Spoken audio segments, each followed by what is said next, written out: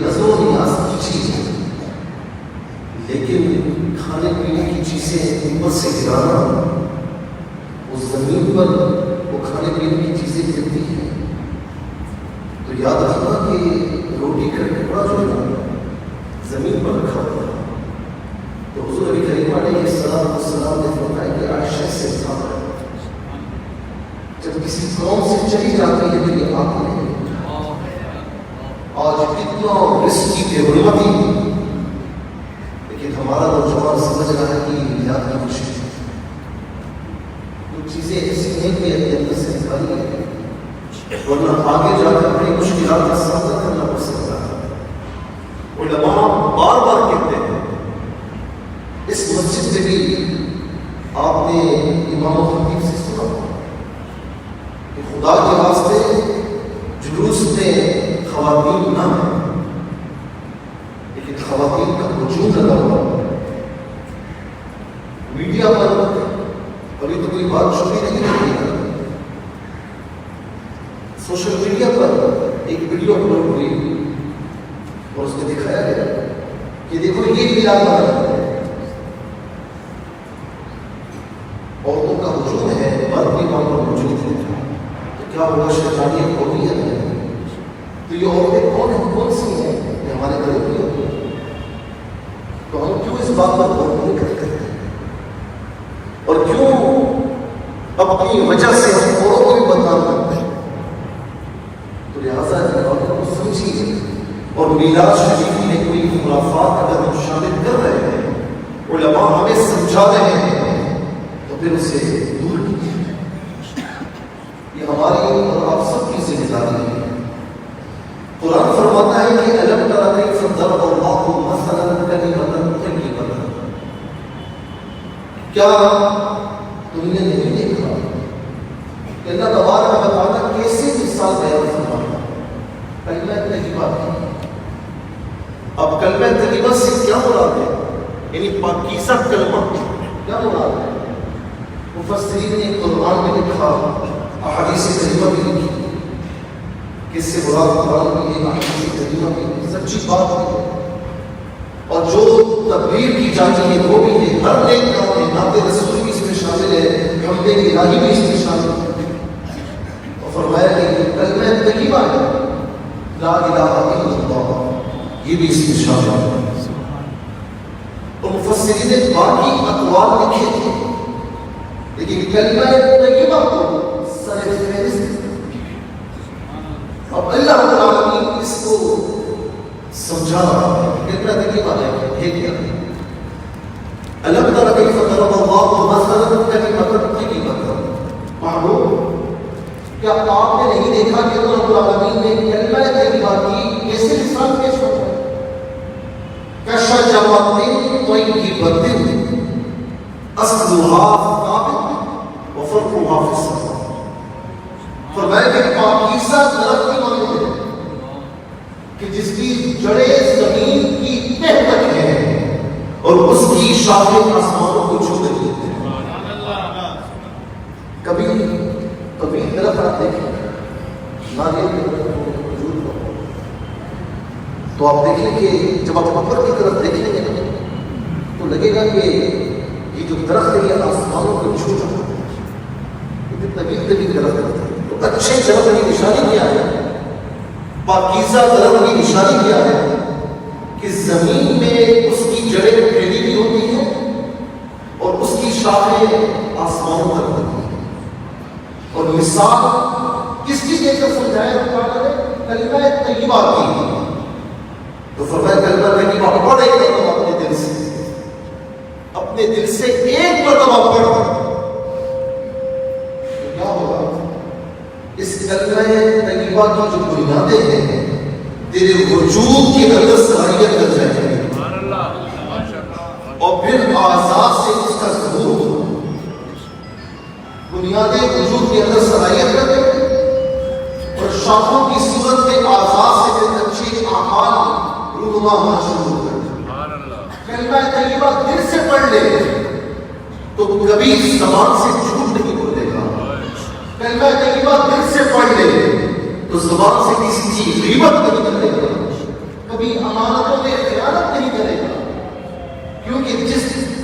نے جس کلمے کو جگہ دی ہے وہ ایسے پاکیزہ درخت کی مانند ہے کہ جس کی جڑیں زمین کے اندر سرایت کر جاتی ہیں اور شاخیں آسمانوں کو چھو لیتی ہیں۔ اور مفسرین نے ایک اور یہ بھی لکھا کہ جب کلمہ طیبہ پڑھ لی تو کلمہ طیبہ پڑھنے کے بعد کلمہ طیبہ پڑھنے سے پہلے آپ صبح سے شام تک بھوکے رہے، آپ کا روزہ مانا جائے گا؟ اگر کوئی مسلمان نہیں ہے مانا جائے گا، بھلے وہ سال بھر تک تو رہے، کلمہ طیبہ نہیں پڑھا تو مسلمان نہیں ہے۔ وہ 5 ٹائم جھکتا رہے، نماز کی طرح افعال بجا رہا ہے، کیا اس کی نماز کہلائے گی؟ اس کی زکات کہلائے گی؟ اس کا صدقہ کہلائے گا؟ لیکن کلمہ طیبہ میں اتنی طاقت ہے کہ کلمہ طیبہ پڑھ کر اسلام میں داخل ہوئے تو اس کی جڑیں آپ کے وجود میں سرایت کر گئی، اور جب اعمال صالحہ کریں گے تو فرمایا کہ الیہ یصعد الکلم الطیب والعمل الصالح یرفعہ۔ اللہ اکبر، اسی کی طرف پاک کلمہ چڑھتا ہے، بلند ہوتا ہے، اور اعمال صالحہ جب بندہ کرتا ہے تو اسی کی طرف بلند ہو کر چڑھتے ہیں، نامہ اعمال میں لکھے جاتے ہیں۔ سلطان باہو رحمۃ اللہ تعالیٰ نے اس لیے فرمایا الف اللہ جب بیدی ہوگی، الف اللہ جب بیدی ہوگی، مرشد مد میں چٹائی، نفی اسباب کا پانی میں لے آئے، ہر لگے ہر جائے اللہ، یہ سے نہیں فرمایا۔ ایک مرتبہ پڑھ کر کے دیکھو، اس کی حقیقت کو سمجھ کر دیکھو۔ وہ فرمایا کہ درخت جو ہوتا ہے، بعض درخت ایسے ہوتے ہیں کہ جو پھل نہیں دیتے، خواہ درخت ہوتے ہیں، سوکھے ہوئے ہوتے پھل نہیں دیتے۔ بعض درخت ایسے ہوتے ہیں جو پھل دیتے ہیں لیکن پورا سال نہیں دیتے، پورا سال نہیں دیتے۔ جو ان کے پھلوں کا موسم آئے گا اس وقت دیں گے، جب پھلوں کا موسم ختم ہو جائے گا تو پھر وہ مرجھا جائے گا۔ لیکن فرمایا کہ یہ کلمہ طیبہ ایسا پاکیزہ درخت ہے کہ جو کسی سال کے موسم کا محتاج نہیں ہے، کسی دن کا کسی رات کا محتاج نہیں ہے، یہ کسی خاص مہینے کا محتاج نہیں ہے۔ فرمایا کہ تؤتی اکلھا کل حین بإذن ربھا، یہ اپنے رب کے اذن سے ہر وقت، ہر آن، ہر لمحہ یہ تمہیں پھل عطا فرماتا ہے۔ اس کا پھل ہمارے اعمال صالحہ کی صورت میں ہے۔ علامہ اقبال کہتے ہیں کہ یہ نغمہ فصل گل لالا کا نہیں محتاج، نغمے سے مراد لا الہ الا اللہ، یہ نغمہ فصل گل لالا کا نہیں محتاج، بہار ہو کے خزاں لا الہ الا اللہ، بہار ہو کے خزاں لا الہ الا اللہ، خودی ہے سر نہاں لا الہ الا اللہ، خودی ہے دیر فساں لا الہ الا اللہ، یہ مال و دولت کی دنیا، یہ رشتہ و پیون، اتارے مرد و گما لا الہ الا اللہ۔ اس نے یہ پڑھ لیا تو فرمایا کہ وَمَثَلُ كَلِمَةٍ خَبِيثَةٍ كَشَجَرَةٍ خَبِيثَةٍ اجْتُثَّتْ مِنْ فَوْقِ الْأَرْضِ مَا لَهَا مِنْ، اور برے کلمے کی بھی مثال دی۔ فرمایا کہ برا کلمہ اس درخت کی مانند ہے۔ بعض درخت ایسے ہوتے ہیں کہ جو جسے ادرائی کا درخت ہے، جو درخت میں مشہور ہے، اس کے نام لہسن وغیرہ، تو ان کی جڑیں زمین کے اندر نہیں ہوتی، جس کی وجہ سے جو بھی اکھاڑنا چاہے اکھاڑ لیتے ہیں، اور نہ ہی اس کی شاخیں آسمانوں کی جانب ہوتی، یہ ختم بھی جلدی ہو جاتے ہیں۔ تو فرمایا کہ کلمہ حق پاکیزہ درخت کی مانند اپنی جگہ قائم رہتا ہے، کبھی ختم نہیں ہوتا۔ اس کا پڑھنے والا بھی، اس کے تقاضوں پر عمل کرنے والا بھی، چاہے جتنے ظلم کے پہاڑ کیوں نہ ٹوٹے، وہ ظلم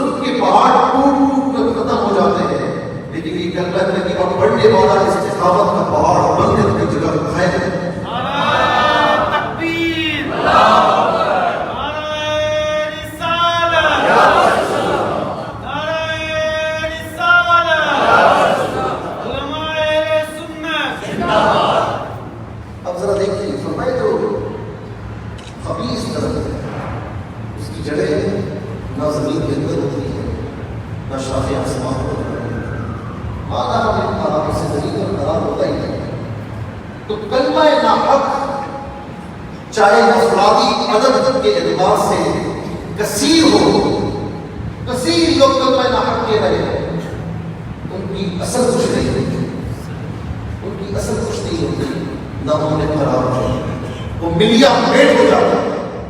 بعض اوقات وہ طاقت کے نشے بھی ہوتے ہیں، لیکن وقت گزرنے کے ساتھ ساتھ ان کا کوئی نام لینا نہیں لیتا، لیکن جو کلمہ حق پر استقامت کے ساتھ ڈٹے ہوتے ہیں، چاہے وہ دنیا میں ہو تب بھی ان کے نام لیوا موجود ہوتے ہیں، اور چاہے وہ دنیا سے وصال بھی فرما جائے، ان کے وصال فرمائے جانے کے بعد بھی ان کا نظریہ ہمیشہ ہمیشہ قائم اور دائم ہے، ہمیشہ قائم اور دائم ہے۔ اور ذرا سا دیکھیے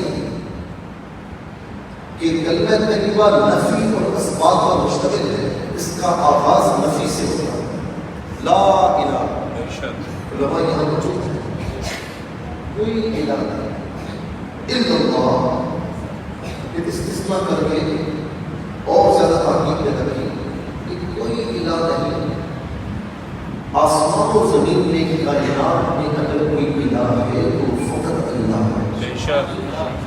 یہاں پر یہ بھی بتایا جاتا ہے کہ کلمہ طیبہ کا آغاز نفی سے ہے، تو پہلے ناحق کی نفی کیجیے، پہلے باطل کی نفی کیجیے، پہلے اپنی انانیت کی نفی کیجیے، پہلے تمام معبودان باطلہ کی نفی کیجیے، اور نفی کر کے سب کو معمور کے، یعنی نظریاتی طور پر سب کو ختم کر کے الا اللہ کا نعرہ بلند کیجیے۔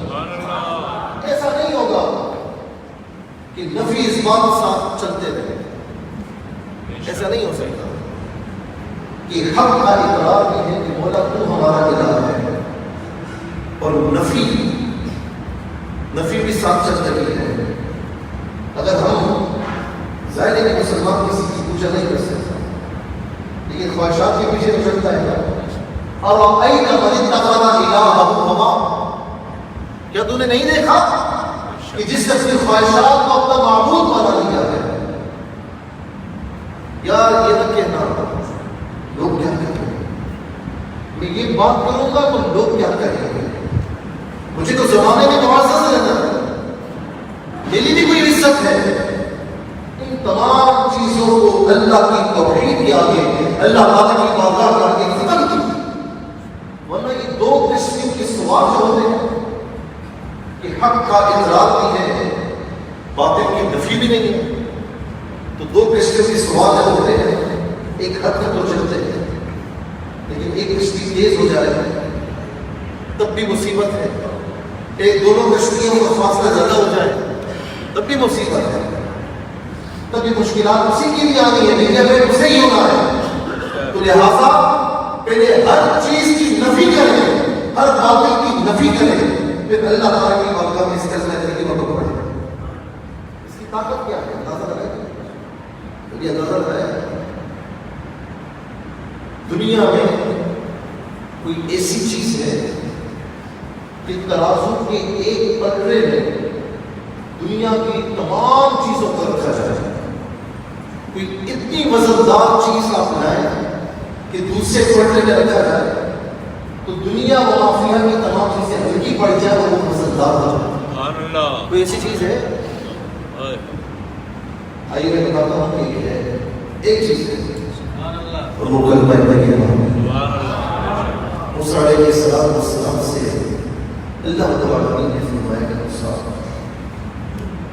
کہ اگر یہ ساتوں آسمان اور ساتوں زمینیں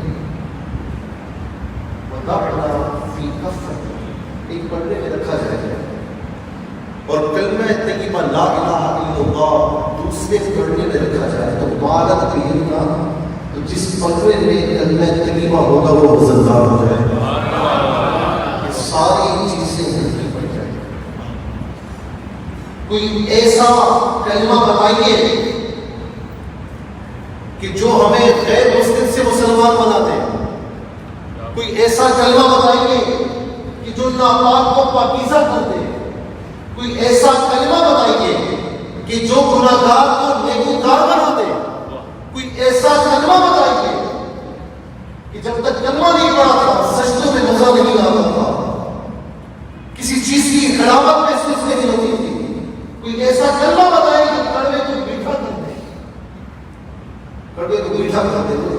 کلمہ ہے کلمہ لا الہ الا اللہ. یہی کلمہ طیبہ پڑھ کر قرآن فرماتا ہے نا کہ وعباد الرحمن الذین یمشون علی الارض ہونا وإذا خاطبهم الجاهلون قالوا سلاما والذین یبیتون لربهم سجدا وقیاما. یہ رحمان کے بندوں کی صفات نہیں کرتے, زمین پر ایسے کسی کے ساتھ چلتے ہیں اور تکبر نہیں کرتے, جب چاہے کوئی مخاطب ہو جائے تو اس سے جھگڑا نہیں کرتے. ان کی راتوں کا عالم یہ ہے کہ تم راتوں میں سو رہے ہوتے ہو لیکن یہ راتوں کو جاگ جاگ کر اللہ کے حضور کی باتیں کرنے کے ایسا کلمہ بتائے کہ جو جہنمی کو جنتی بنا دے.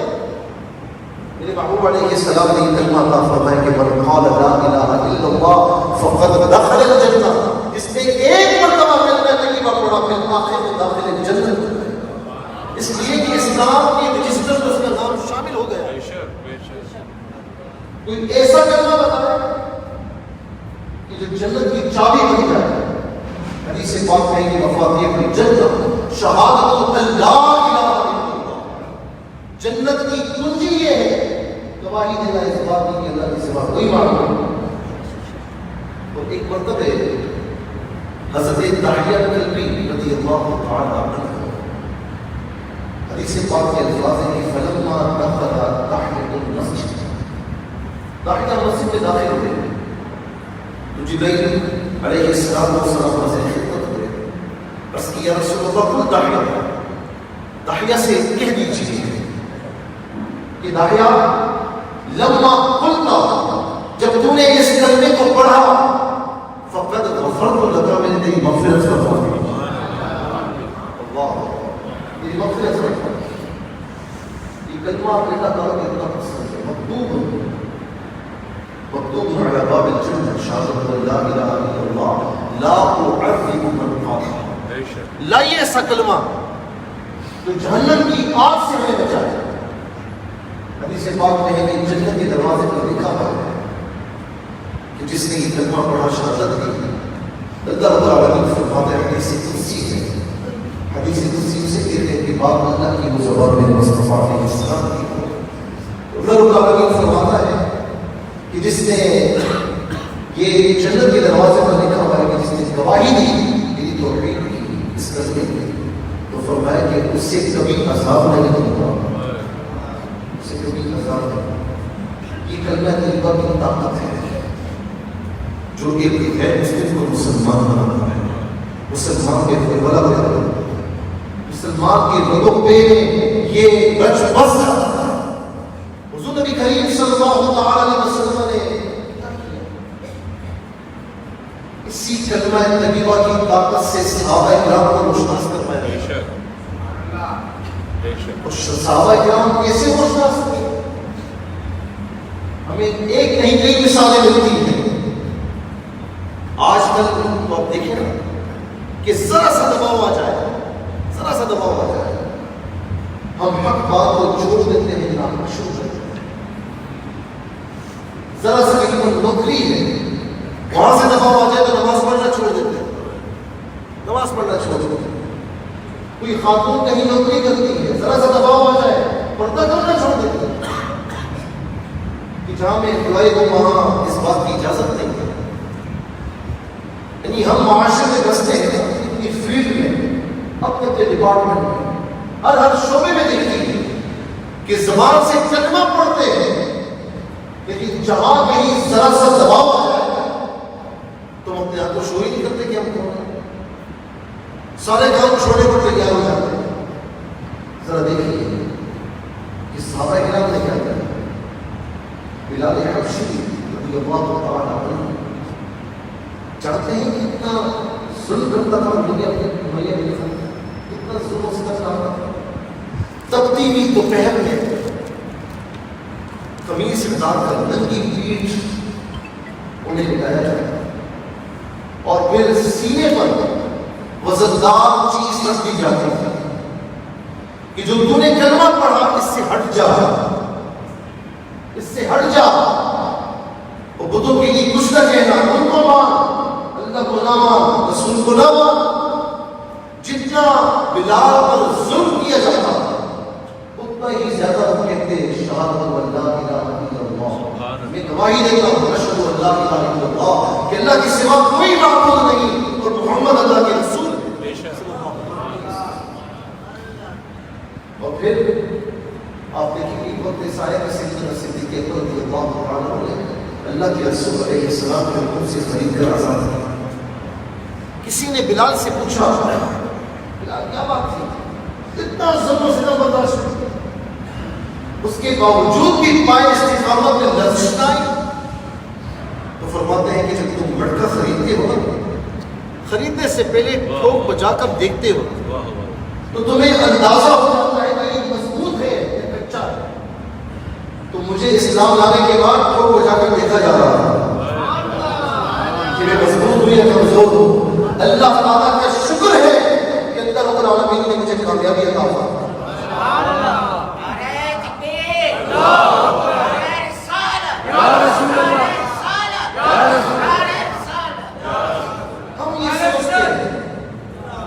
ہم یہ سمجھتے ہیں کہ مسلمان ہونا بڑا آسان ہے، کلمہ طیبہ پڑھ لیا بس جان چھوٹ گئی، جان چھوٹ گئی بس کلمہ طیبہ پڑھ لیا ہم مسلمان ہیں، ہم جو بھی کریں ہماری جان چھوٹی نہیں ہے۔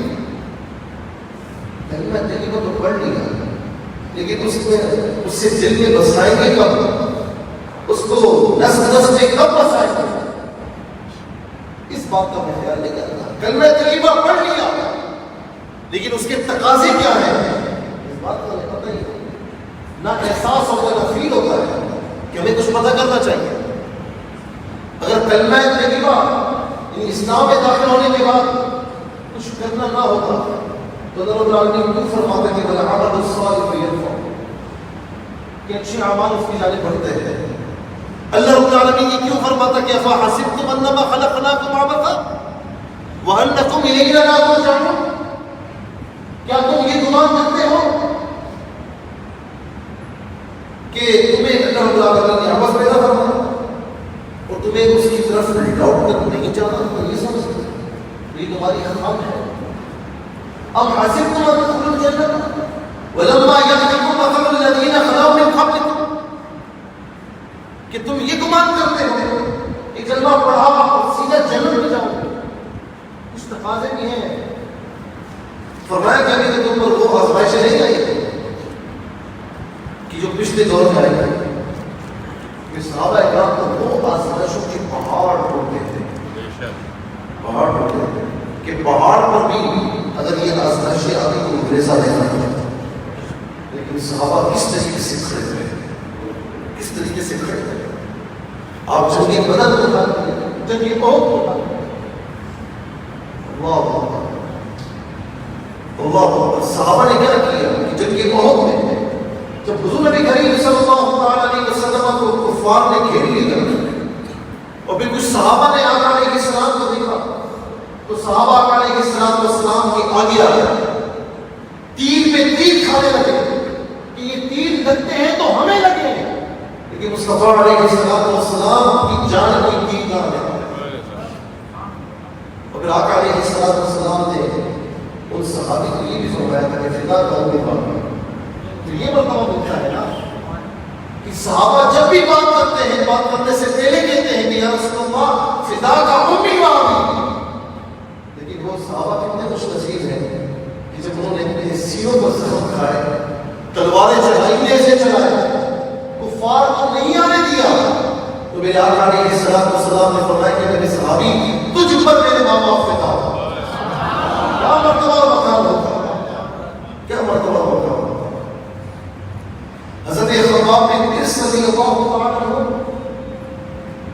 جب ان پر ظلم و ستم کے پہاڑ ٹوٹے اور کیسے ٹوٹے، کس انداز میں ٹوٹے، ذرا دیکھیے کہ کوئلے جلا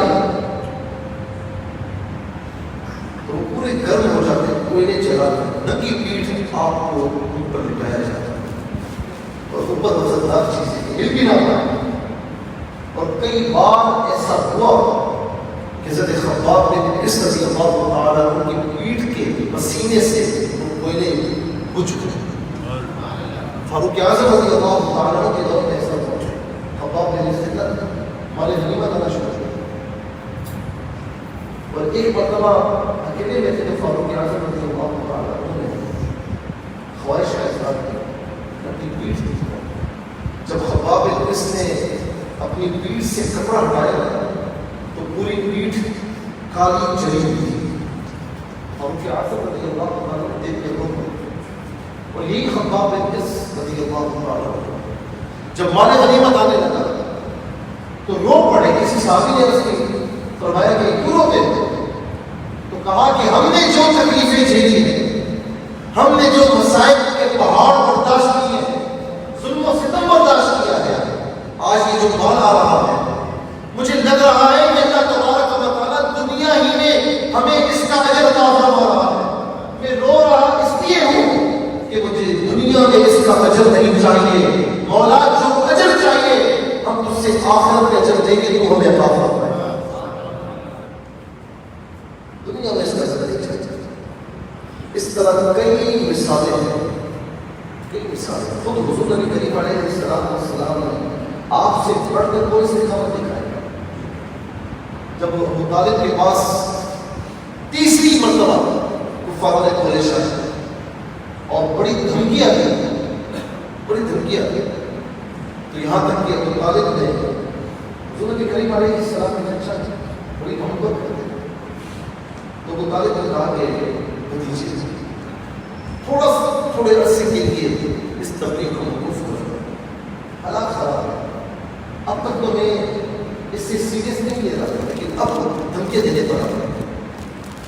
تو حضور نبی کریم علیہ السلام کی بارگاہ میں کہا کہ وہ یہ کہہ رہے ہیں کہ مال چاہیے, ہم مال دیتے ہیں, ان کی خط کو بڑھیا کر دیتے ہیں. منصب چاہیے, سرکاری دیتے ہیں. کسی خوبصورت حسین و جبی لڑکی سے شادی کرنی ہے وہ بھی کروا دیتے ہیں. جو چاہیے اسے اس سے کہو کہ اپنی تبلیغ سے, اپنی مشن سے باز آ جائے. حضور نبی کریم علیہ السلام کی آنکھوں سے آنسو آئے اور فرمایا کہ چچا جان, کیا آپ اس حالت میں مجھے چھوڑ کر جا رہے ہیں؟ خدا کی قسم یہ مال و دولت کی بات کرتے ہیں, یہ منصب سرداری کی بات کرتے ہیں. آپ یاد رکھیں, آپ جان لیں کہ اگر یہ میرے دائیں ہاتھ پر سورج اور بائیں ہاتھ پر چاند رکھنے کی بات بھی کریں گے, میں نے اس مشن سے پیچھے نہیں رہوں. آج چونکہ ہم بائی برتھ مسلمان ہیں, بائی ڈیفالٹ مسلمان ہیں, آنکھیں کھولی تو مسلمان ہیں.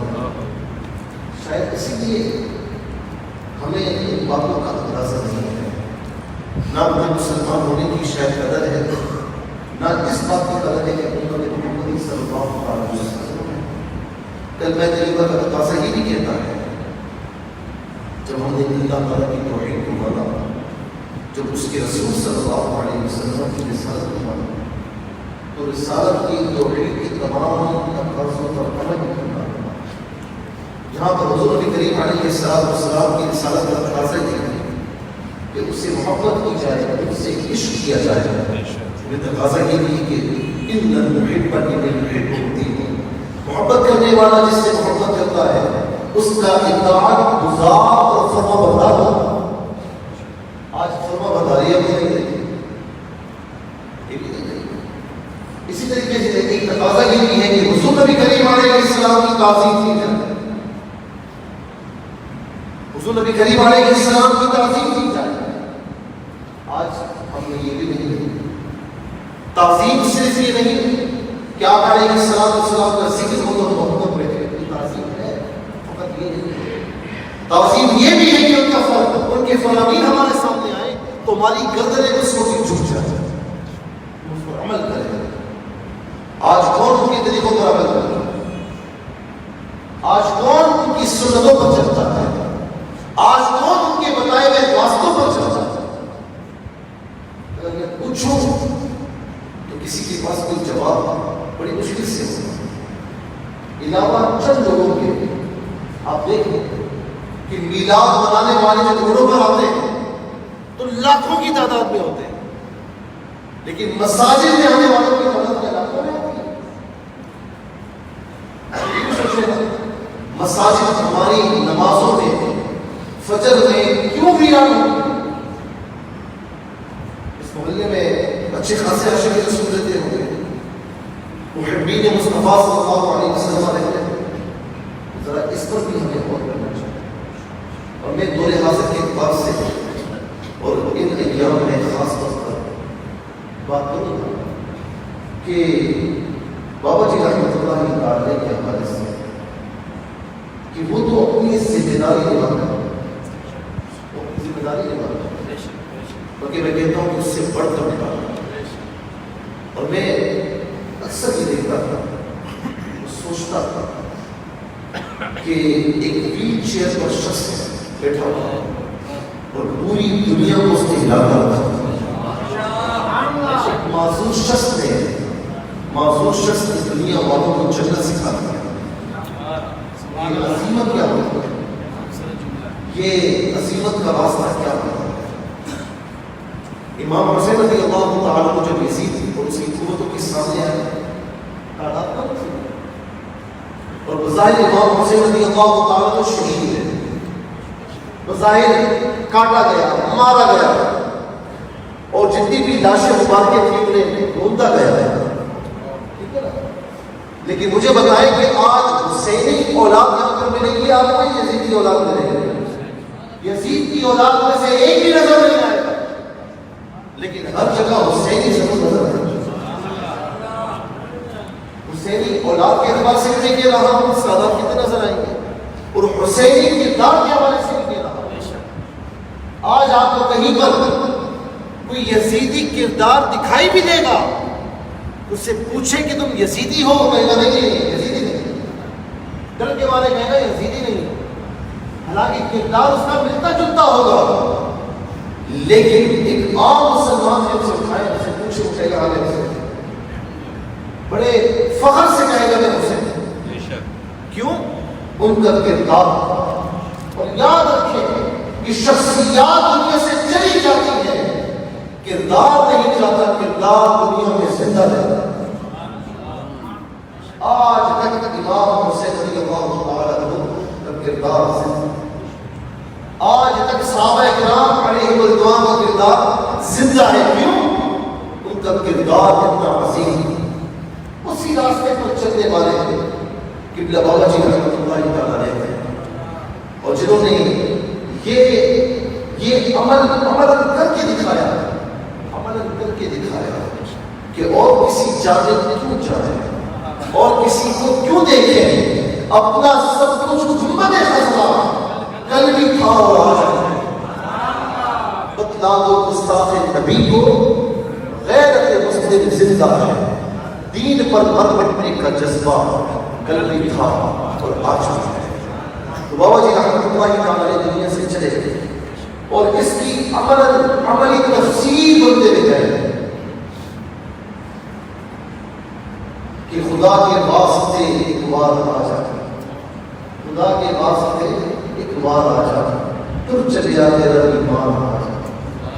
اس کی عملی تفسیر بن کر گئے، اور میں دیکھتا تھا کہ ایک کلام پڑھا جا رہا ہے، تو نے کہ دوائیاں میرے یار بیٹھ گئے، تو نے کہتے ہیں تو نے وغیرہ جیسے بڑی گڑیاں کھڑی کرتی ہوتی ہیں، پیٹ میں جاتے ہی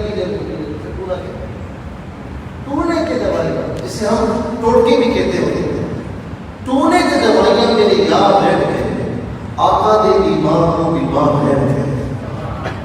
اس کی عملی تفسیر کر کے دکھائی، اور میں سمجھتا ہوں کہ ناموس سے مصطفیٰ پر جب بھی بات ہوگی، تعظیم مصطفیٰ کی جب بھی بات ہوگی، تو بابا جی رحمۃ اللہ تعالیٰ علیہ کا ذکر اگر نہیں ہوگا تو بات مکمل ہے۔ میں جس ملک گیا میں دیکھ کر حیران رہ گیا، مغربی ممالک میں جہاں جانے گیا تقریباً جگہ جانا ہوگا، تو میں نے وہاں پر دیکھا کہ بڑے لکھے افراد ان کے دیوانے مجھے نظر آئے۔ پوچھا میں کہ بات کیا ہے؟ کہا نہیں، بات بڑی جدت کے ساتھ کرتا ہے، بڑی بہادری کے ساتھ کرتا ہے، جو بات کرتا ہے اس پر قائم رہتا ہے، جو بات کرتا ہے اس پر قائم رہتا ہے، اور پتہ نہیں کہ وہ ہم جب بھی ان کی بات سنتے ہیں تو دل سے صدا آتی ہے کہ اس بات کو قبول کر دیا.